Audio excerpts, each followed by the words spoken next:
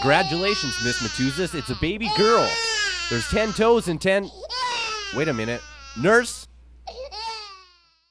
It was 6 a.m., May the 12th, 1983.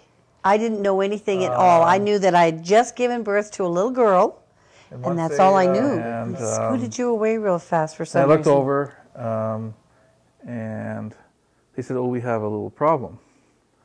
And I looked and I saw your hand, and I was, okay.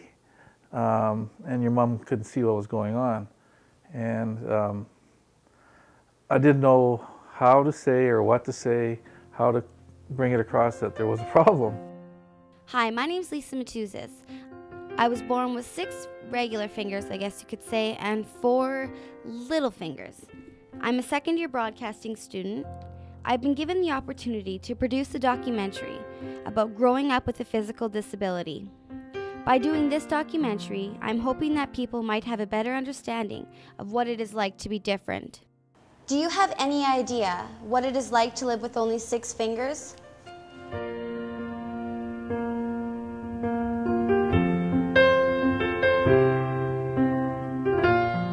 You had a lack of development of the fingers.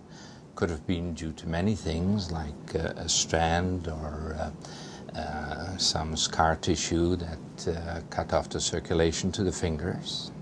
Because as you recall, well, you may not, but as they recall, they were just tiny little knobs with a kind of an indentation in them. So that might mean that there was some kind of constriction around the fingers at that time. I've never seen it before.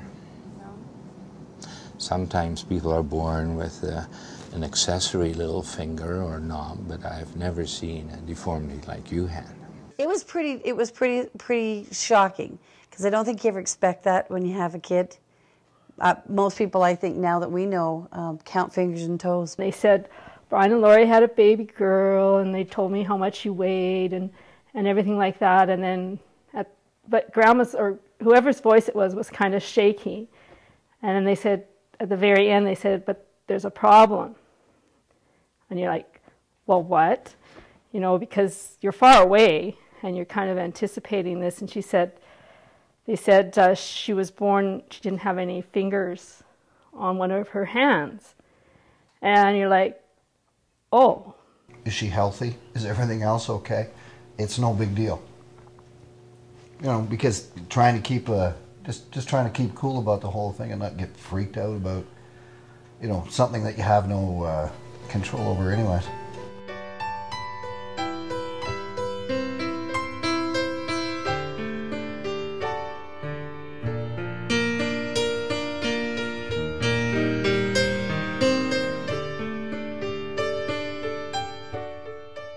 When I was about 1.5 years, the doctors cut off my little fingers, and I have been stuck with this almost my entire life. We came out of the hospital, I remember so well, being absolutely a bundle of nerves and so upset, because this was traumatic. In my mind, they cut off your fingers, even though they really weren't. They were never going to work, and they were just going to be in the way and rip off and cause you grief. When it came time to take the bandages off, that was really traumatic for you, because all of a sudden what you used to have there, when we took the bandages off, was gone. I remember you saying, I want them back. Because they were non-functioning, and they would be more in the way than that they would do any good. And the result of your is much better than it would have been if you had kept those useless appendages. Pretty much my entire life, I have hid my hand. I don't want to say that I'm ashamed of it, but I just don't like it. Up till about, I don't know, 4 or 5 months ago, every day, I would dress so that I would have a way to hide my hand. Whether I wore a scarf, or I had mittens, or I'd make sure I have a hoodie. I mean, every day, I always make sure that I have some way to hide my hand. So the kids would always come over to our house and play. And one day, one of the kids noticed it, must have told each other, and they freaked out about where were your fingers. They freaked out. I don't know if you remember that day, but they freaked out. Lisa's fingers are gone. What happened to her fingers? And then I went into the routine. My mom used to tell them that the reason I only have 6 fingers is because one day I kept going into the cookie jar, and my mom said for me to get out of the cookie jar, but I didn't listen, so she sliced off my fingers. I said, well, Lisa put her hand in the cookie jar, and I said, Lisa, get your fingers out of that cookie jar or I'll cut them off. And she kept doing it and doing it, and one day I had just had it, and I went, chop! And the kids' eyes all just opened up, and they freaked out. And Lisa laughed, and that was great. I knew we were okay.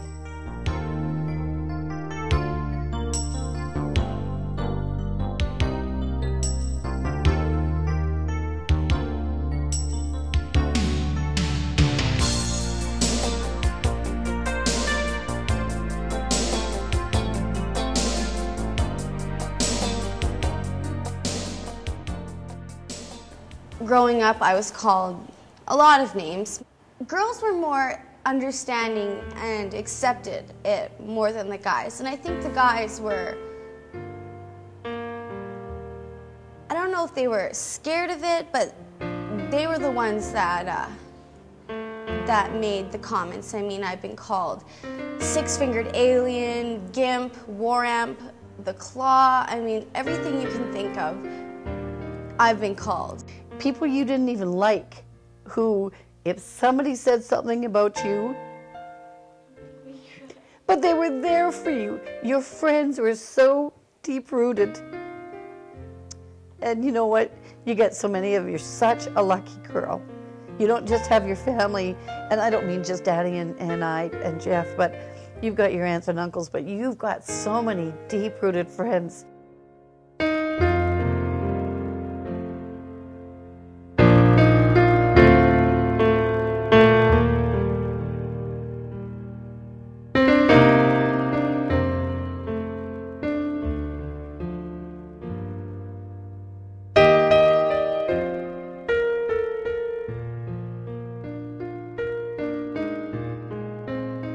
My girlfriends have been there for me through thick and thin. I met you in choir first, and then you were in my foods class, but I never even noticed anything. No one ever even said anything to me, and it wasn't until that one night when we were at your house. How long did we know each other? Probably 3 months. Yeah, and I didn't even notice. You were there. Yeah, and you were blending drinks, I remember. I had heard that you had a problem with your hand before. It's not a problem. Okay, I heard that you had a unique hand before, and I obviously noticed right away just because I was kind of looking for it, I guess, when I first met you. I really got to know you when I think you really came into your own with your hand, I think. I mean, I know that you're still sensitive about it, obviously, and it's a big part of your life. I used to have to remind myself, saying, oh, she doesn't have fingers. And even to this day, that you're all grown up, I still might have to remind myself every once in a while that you do have a disability, where I'm just so used because you can do everything.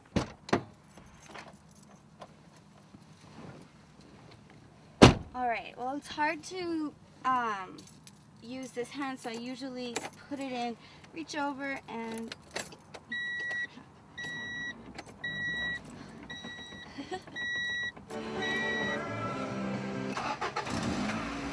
all right, we finally got it.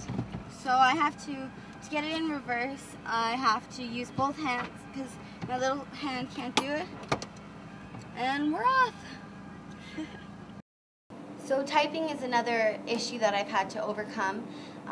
In school, you were always taught to type with all of your fingers, and since I don't have all my fingers, I just kind of had to learn my own way. So, and I'm actually a really fast typer. Just thought I'd tell you.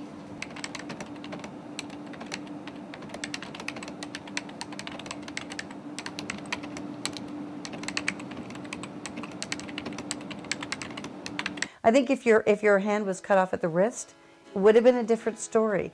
But because your thumb was able to grip onto things, you just figured it out. So we didn't have to do a whole lot of, I think that our biggest challenge in life with something like this is giving you the gift of confidence, support, the things that you need to go through life and tackle this. Because at some point you're on your own, girl. The hardest thing I've ever done was getting up in front of my classmates and 5 judges to pitch the idea of this documentary. As you look at me, I ask you this one question. Do any of you know how it feels to live life with only one properly functioning hand? Doesn't sound all that bad, hey? I would like to share with you my challenges, my emotions, dealing with those challenges, and the incredible friendships that I've developed that have showed me friendship, support, love. Something you need to conquer in life, no matter what you have to deal with. Are you ready for my journey? Oh, this is so hard. This is by far the hardest thing I've ever done. I don't think I know what I've gotten myself into. The thought of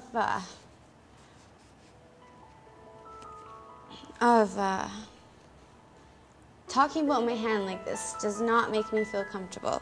It still kills me to this day to see you hide it, because you are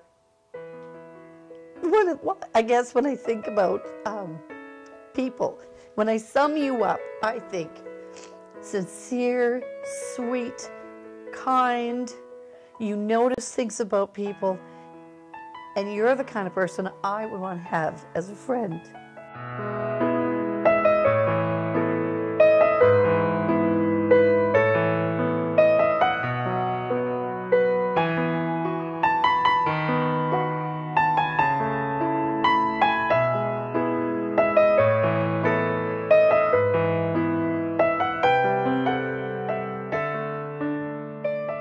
I remember this, I don't know if I told you this. I remember I was in a seminar one time, and the guy was going around the room asking who they admired most.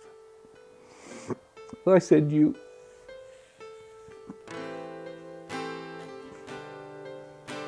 Because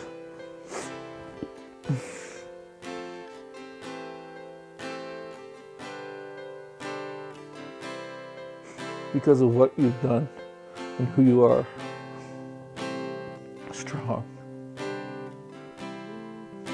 I don't know if I could have handled that at your age. Tough. I admired that. Truly. Sorry. But I did. And I wish I could be like you sometimes, because it's a cool world out there. And you have to be tough. And I always think of you as a little princess, but I do, but you're tough, because you gotta be tough.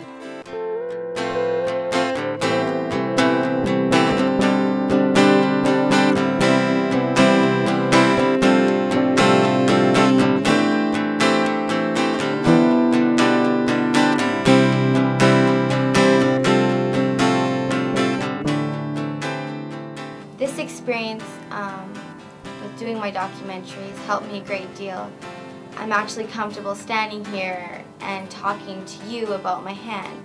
5 or 6 months ago, I can guarantee you this wouldn't have been the case, so I am so grateful that this documentary went through. I can honestly say that for the first time in my life, I feel comfortable in my own skin, and it feels really good.